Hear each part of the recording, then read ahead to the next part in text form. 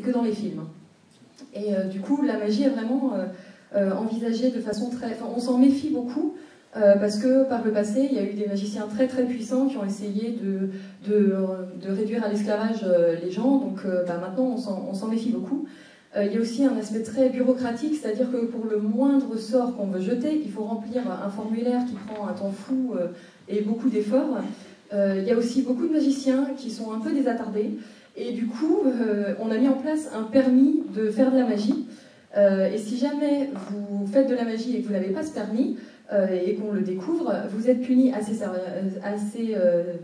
assez sévère, puisque en gros vous brûlez sur un bûcher. Donc c'est un espèce de monde où on mélange un côté médiéval assez brutal et un aspect très moderne avec des iPhones, et je pense que l'humour vient aussi de ce décalage.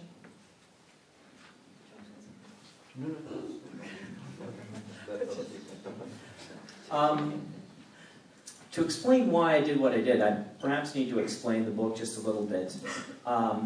Mistborn is the story. In the story, there was this young hero who had this new magic, and he came from a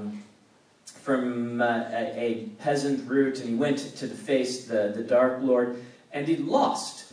The Dark Lord killed him and took over the world, and this is the foundation for where the story starts. Alors d'abord,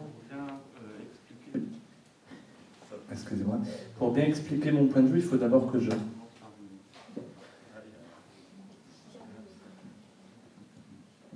Vous m'entendez là, oui. Il faut d'abord que je commence par expliquer mon point de vue, enfin mon livre. En fait, le Né des Brumes, le Fils des Brumes, le nom de ma trilogie, commence par un jeune héros qui vient d'avoir une nouvelle magie, alors qu'il vient plutôt d'un monde qui est régulé par la paysannerie, il vient d'un monde paysan. Et d'abord, la première aventure, c'est qu'il subit une défaite par le Seigneur sombre. And so the story takes place 1,000 years later. And during this time, magic has become a thing of the aristocracy, those favored by the God Emperor. And the reason I did magic the way I did, I actually built it in and made it genetic, which honestly is not, I'm not the only one to do that. It's very common. It's one of the main ways that we do magic, but I really wanted to use it as a metaphor for class warfare. Again, I'm trying to approach magic from as scientific a standpoint as I can get, and I think it would be something that would divide on class lines. If you have the magic, you are, in your eyes, superior to everyone else, so why aren't you going to be ruling? Alors ensuite, l'histoire se passe des milliers d'années après. Et en fait, la magie devient quelque chose d'aristocratique avec l'empereur des dieux. J'ai développé quelque chose où la magie devient plutôt quelque chose de génétique.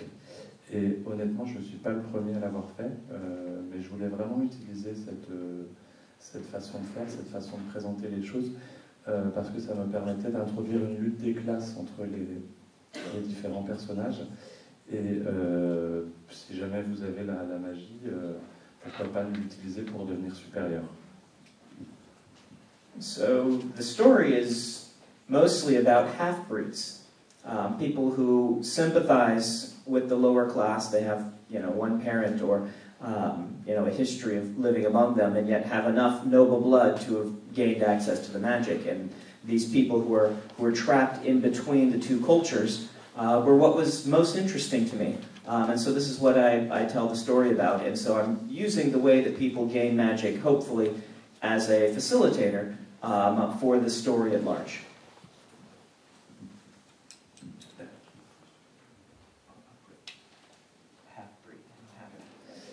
Donc ce qui m'a intéressé, c'est le moment intermédiaire où, entre les nobles qui sont nés d'un sang noble et qui ont donc la magie, et plutôt les classes d'en bas qui n'utilisent pas la magie. Et ce qui m'intéressait, c'est le moment où les uns sympathisent avec les autres, et ou alors sont piégés entre les deux niveaux. Et ça me permettait de parler de cette manière de faciliter les échanges entre eux. for me, the development of magic in my books was through the development of my central character, who is Bartimaeus the genie. I began writing in his voice, and his voice was like a revelation to me. He is sarcastic, he is very ancient, thousands of years old, he's rude, he's arrogant, he thinks he's far cleverer than any humans who might be reading the book, so he adds little footnotes at the bottom of the page to give you extra information or add silly little jokes. And as soon as I had this voice, I realized that he was going to unlock the whole world and the mechanics of it for me.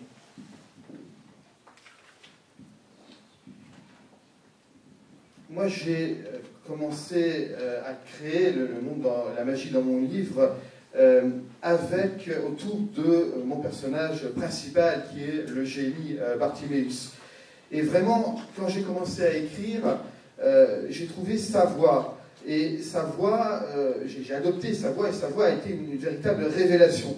Puisque Bartiméus est quelqu'un de très sarcastique, c'est un génie qui est très vieux, il a des milliers d'années.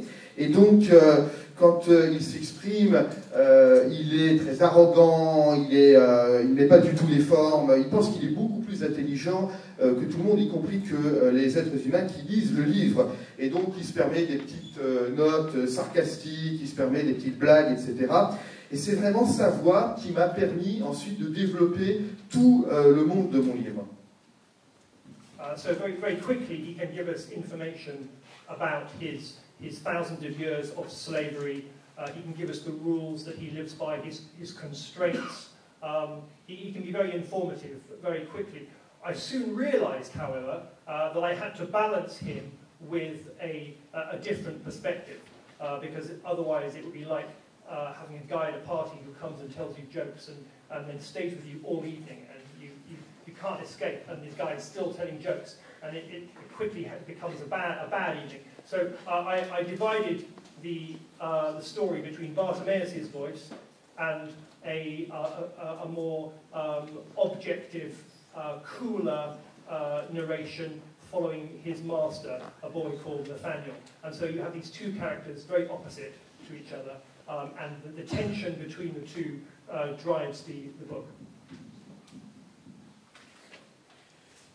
Mais en même temps, donc c'est très utile en fait, parce que du coup Bartiméus est très pratique puisqu'il peut très rapidement donner des informations au lecteur sur ce qui s'est passé pendant les milliers d'années depuis qu'il est né, sur la façon dont il a été réduit en esclavage, sur les règles de son monde. Donc c'est extrêmement informatif. Mais je me suis aussi rendu compte assez vite qu'il fallait aussi que j'aie une autre perspective parce que, dans le livre. Parce que sinon, Bartiméus, ça allait devenir, vous savez, ce genre de type qu'on voit parfois quand vous êtes dans une soirée, vous avez ce type qui est à côté de vous, qui vous raconte des blagues stupides et qui est collant et vous n'arrivez pas à vous en débarrasser et du coup ça devient un cauchemar. Donc je me suis dit qu'il allait aussi me falloir une autre voix, une voix beaucoup plus calme et raisonnée, qui permette une narration beaucoup plus objective. Et cette voix, c'est la voix du maître de Bartiméus, le garçon Nathanaël, qui devient magicien. Et donc, en fait, vous avez constamment ce contraste entre ces deux voix, et c'est ça qui crée la tension et qui permet, en fait, de développer l'histoire.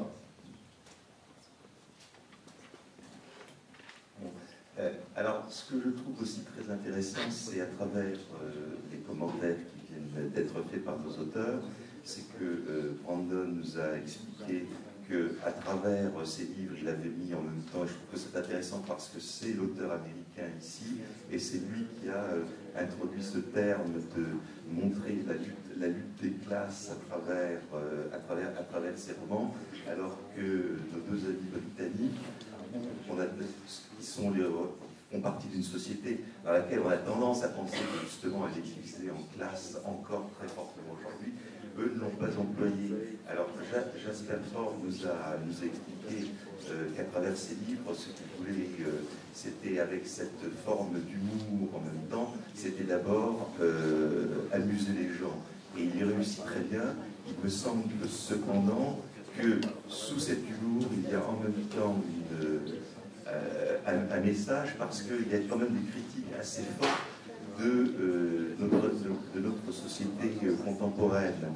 Et chez Jonathan Stroud, dans la trilogie de Bartiméus, il me semble qu'il y a en même temps là aussi un message assez fort sur la manière dont s'établissent ces relations de pouvoir et d'influence entre les gens. Donc j'aimerais savoir s'il pourrait peut-être développer un petit peu, parce qu'ici on est en France et on aime bien essayer de trouver le message qu'il peut y avoir. Un livre ne peut pas être sans un message, ça c'est une caractéristique typiquement française.